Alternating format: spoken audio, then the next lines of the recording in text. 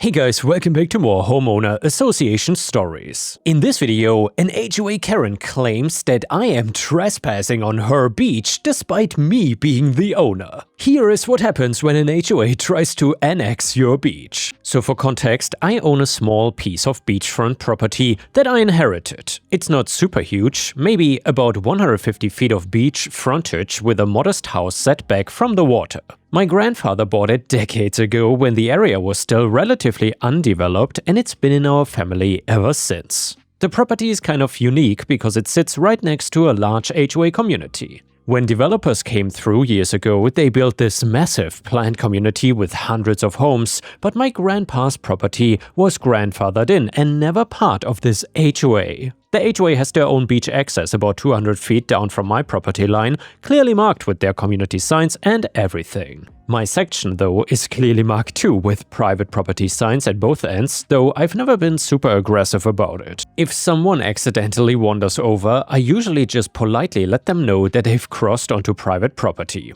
Now, I don't live there full-time, I work remotely and come down for long weekends and holiday breaks, and my wife and I had decided to spend a long weekend at the beach house. It was late spring, perfect weather, and we were looking forward to some quiet time away from the city. We arrived Friday evening, unpacked and spent a relaxing night listening to the waves. On Saturday morning, I woke up early, made some coffee, and decided to take my chair down to the beach. My wife was still sleeping, so I grabbed my book, my coffee, and sat up right in front of our house. The beach was empty, the sun was just starting to warm everything up, and it was absolutely perfect. I'm sitting there reading a book, just enjoying life. About an hour later, I hear voices. I look up and see a group of about 15 people walking down the beach towards me. They've got coolers, beach chairs, umbrellas, the whole setup. I didn't think much of it at first. People walk along the beach all the time, and as long as they keep moving, I don't really care. But then they stop right in front of my house.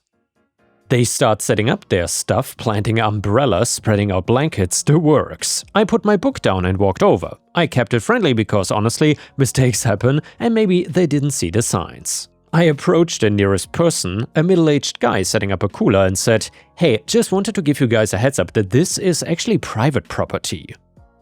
The HOA beach access is about 200 feet that way. I pointed down the beach towards the actual section. The guy looked confused but then nodded, and then this woman appeared. I will call her Karen because, well, you will see why. She was probably in her late 50s, wearing a visor and one of those shirts with the HOA community logo on it. And damn guys, there we got it again, shirts with HOA logos. I kind of want one myself. However, not an HOA community logo, but kind of like an anti-HOA shirt. By the way, if you have watched until here and enjoyed the HOA stories, please don't forget to like the video and post a comment because that would help me tremendously while fighting against the YouTube algorithm. So anyway, she marched right up to me with this look on her face that I've seen before, the look of someone who's used to being in charge and doesn't like being questioned. She said, "Excuse me, who are you?"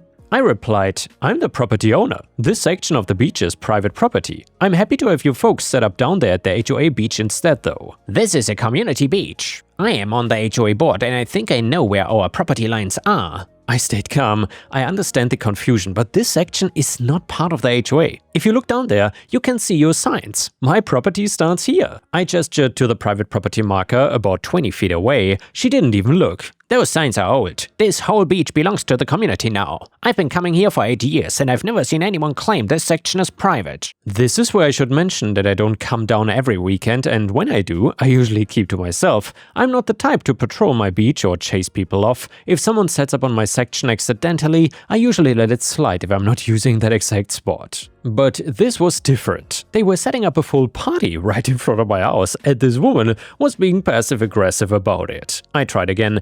I completely understand the confusion, but this really is private property. I'm not trying to ruin anyone's stay, but your beach access is right there, and it's a great spot. Karen was not having it though. She turned to her group and announced loudly, "Everyone, don't worry. This man is confused about the property lines. You can set up wherever you want. This is our beach." I was stunned. She had just completely dismissed me and told her entire group to ignore what I was saying. Now people were looking at me like I was the problem. Some of them actually looked uncomfortable, but most of them just shrugged and went back to setting up their stuff. One woman even started setting up her chair closer to my house, like she was making a point. My wife had woken up by this point and came out to see what was going on.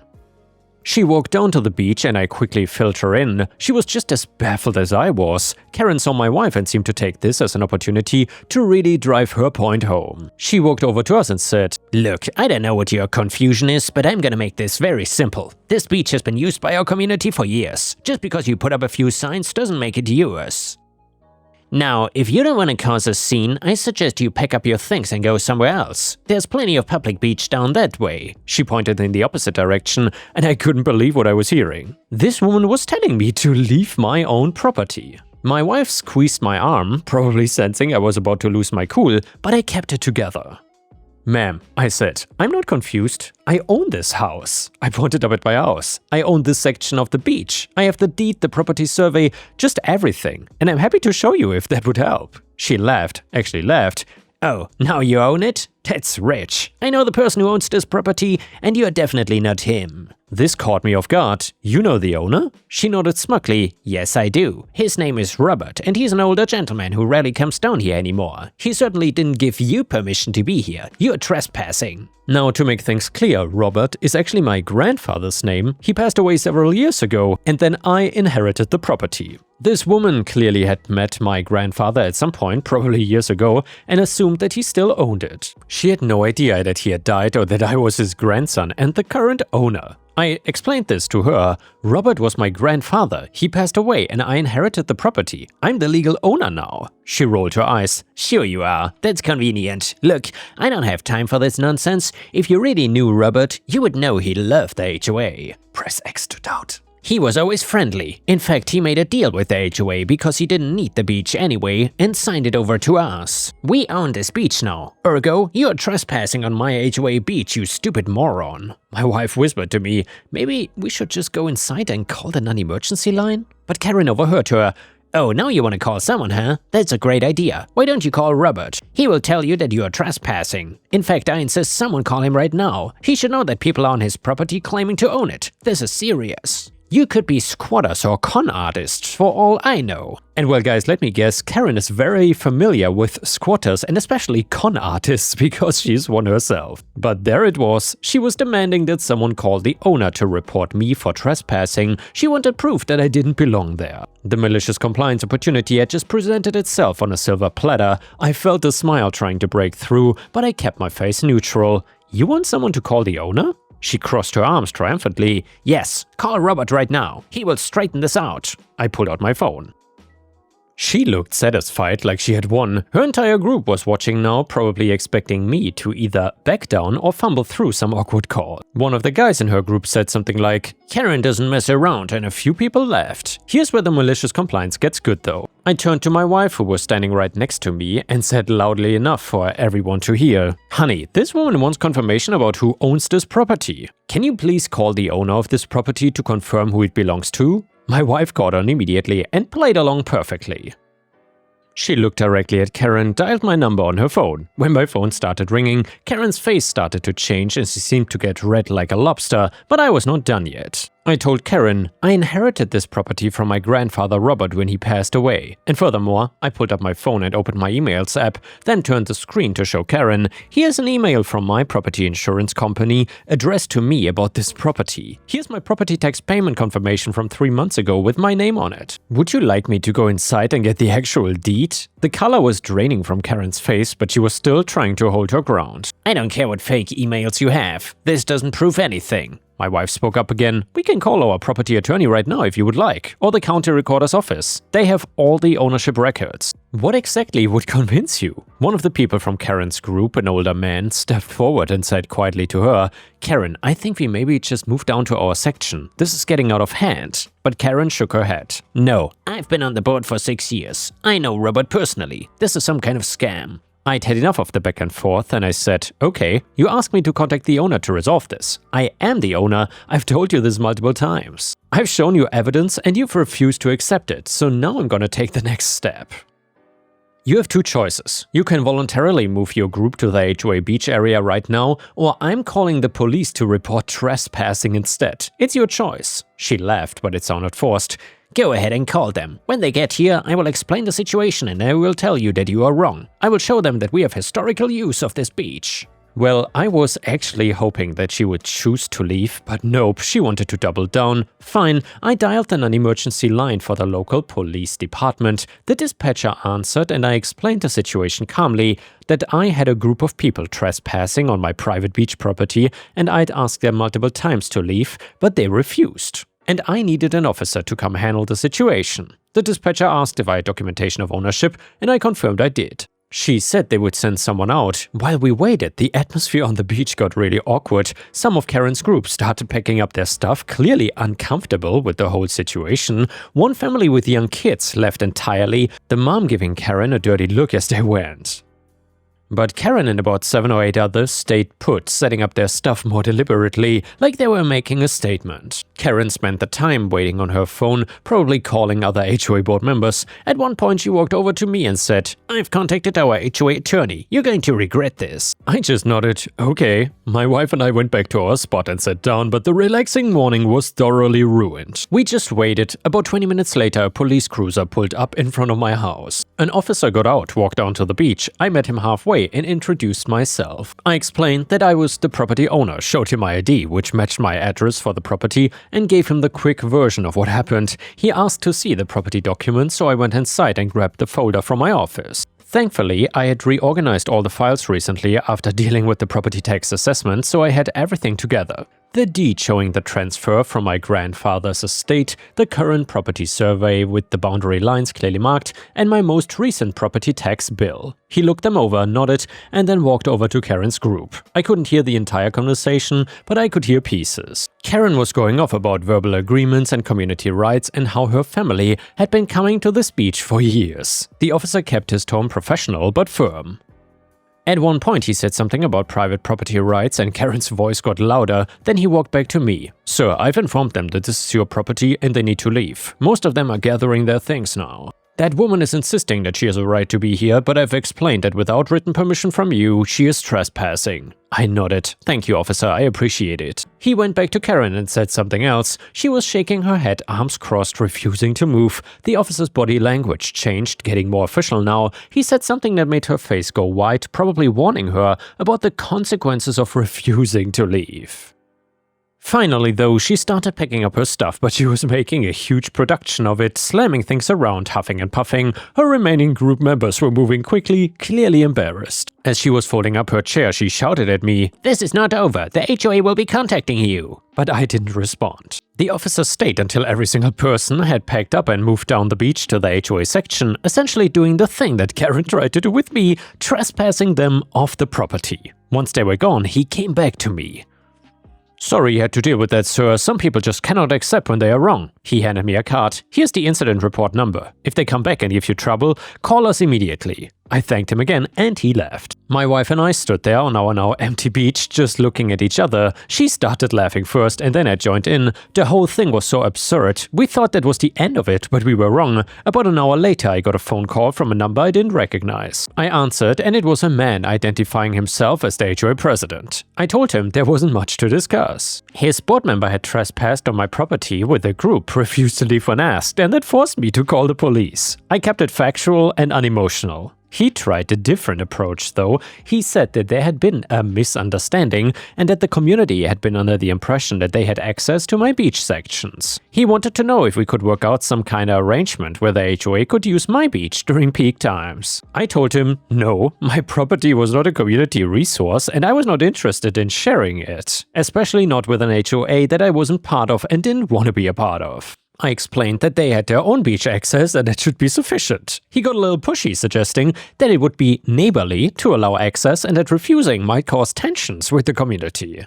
I told him that any tensions were created by his board member trespassing and refusing to leave, not by me enforcing my property rights. He didn't like that answer though, but there wasn't much he could do about it. The conversation ended with him saying he'd be in touch, which sounded vaguely threatening, but didn't concern me much. I figured that would be the end of it. It wasn't though. Over the next couple of weeks I started getting letters from the HOA. The first one was a formal letter requesting that I grant the community access to my beach. It was full of language about community values and working together and being good neighbors, and I ignored it. About 10 days later, the second letter came. This one was more aggressive, suggesting that my grandpa had made a verbal agreement with them and that I was obligated to honor it. It also hinted that they might take legal action if I didn't cooperate. I called my attorney, showed him the letters, and he laughed. He said they had no case whatsoever and that the letters were just intimidation tactics. 3 weeks after the beach incident, the third letter arrived. This one came from an attorney representing the HOA. It claimed that the HOA had established an easement by prescription through continuous use of the beach over the years.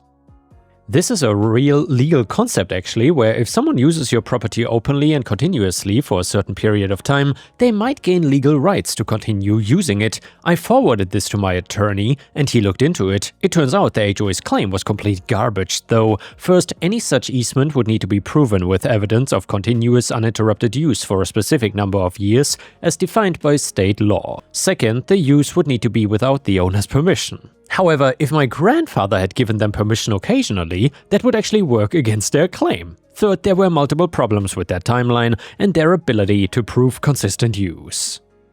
My attorney sent a response letter that basically demolished their argument and warned them that any further harassment would result in a countersuit. That seemed to finally get through to them because their letter stopped, but the story doesn't end there. About 5 weeks after the initial incident, I got a call from the HOA president again. His tone was completely different this time, much more conciliatory. He apologized for how things had been handled and said that Karen had been removed from the board for her behavior. Apparently, after the incident, several HOA board members had complained about her aggressive approach to the situation, and there had been enough votes at their monthly board meeting to have her removed from her position. He explained that several people in the community had witnessed the beach incident and were embarrassed by how it had been handled. Some people had even been there that day and confirmed my version of events when questioned by other board members. The attorney they had hired had also apparently told them that they were wasting money on a case they had zero chance of winning. The president asked if we could start fresh. He then assured me that the HOA would respect my property boundaries and that there would be no more attempts to claim access to my beach.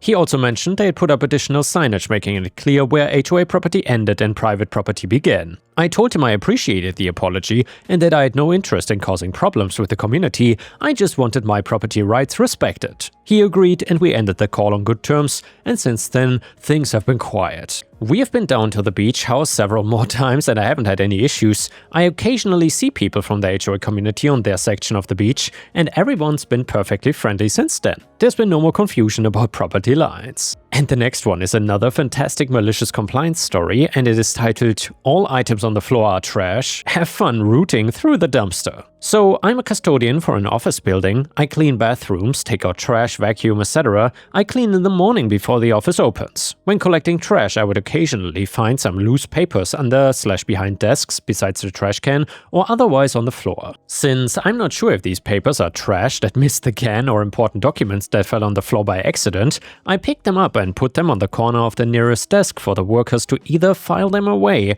or toss them. Better safe than sorry. However, the manager didn't like this habit. She came in early one morning expressing disgust that trash is being placed on people's desk. Obviously, I never put actual trash like food wrappers or crumpled up papers on desks. I explained my reasoning for my habit and expressed that I didn't want to risk tossing something important.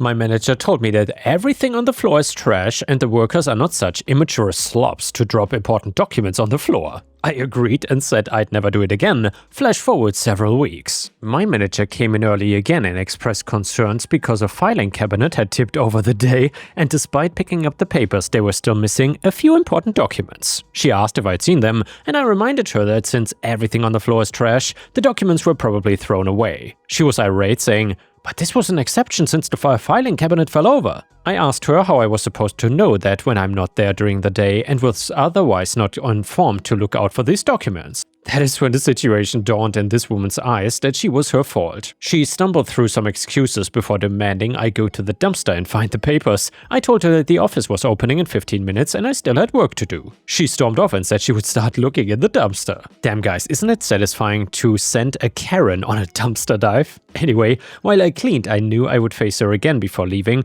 My car is parked by the dumpster, so I thought of what to say to her as the final nail in the coffin, and sure enough, when I finished my work and walked out, the manager and a few other workers who had arrived were rooting through the dumpster. When the manager spotted me, she demanded I come help. I delivered my prepared line saying, "Ma'am, my job description is to take out the trash." "Your job description is to ensure the safety and confidentiality of your client's files." I walked away to, in my head, a cartoonesque villain scream of outraged failure from my manager. A few hours later and I got a text saying that there will now be a special inbox shelf for me to place any papers found on the floor for the workers to go through. And now let's read another malicious compliance story, which is titled, "Won't Give Me the Card to Get Fuel? Enjoy the Towing Bill." So I was just reminded of something that happened to me back in the early 90s. I was managing a warehouse for a furniture company, and we were busy enough to keep a small 12-foot box truck and a pickup running around delivering all day. Part of my job was also deliveries. So even though I was warehouse manager, I did not have access to the fuel credit card. It was kept locked up in the boss's desk. This particular day, the truck was down to about 1/8 of a tank, something you should never do with a diesel, so I asked for the card to fill it up to make a delivery. The boss would ordinarily not have a problem with this, but he was out that day and I had to deal with the head salesman who decided that 1/8 of a tank was perfectly adequate to make this delivery and I could fill it up when I get back. So, make the delivery and on the way back the truck starts running out of fuel. It would die and I would restart and we could make it a mile and it would die again. I get it into the station and it dies as we coast in, call the salesman, he huffs and puffs and finally sends somebody out with a cart about an hour later. We fill it up and she won't start. We ran her so low, we pulled air and the whole system needed to be bled. So the truck gets towed to the repair place and bled. They put in a new filter, just to be sure, and it is out of commission for 2 days, so yeah, we have to rent a truck. So all told, we missed all the deliveries for the rest of the day, had to pay to have the truck towed and repaired, and had to rent a truck. All because this head salesman had to be a dick and not want to give me the card. He got a serious chewing out over that, and never again did he give anybody any trouble about handing over the card. I wish I could say everything was roses over that, but he was always a douchebag and would find new ways to be a douchebag to us, but never with the fuel card after that. And yeah guys, if you ever had such awful managers or superiors, then please let me know about your story in the comments and I will see you again tomorrow.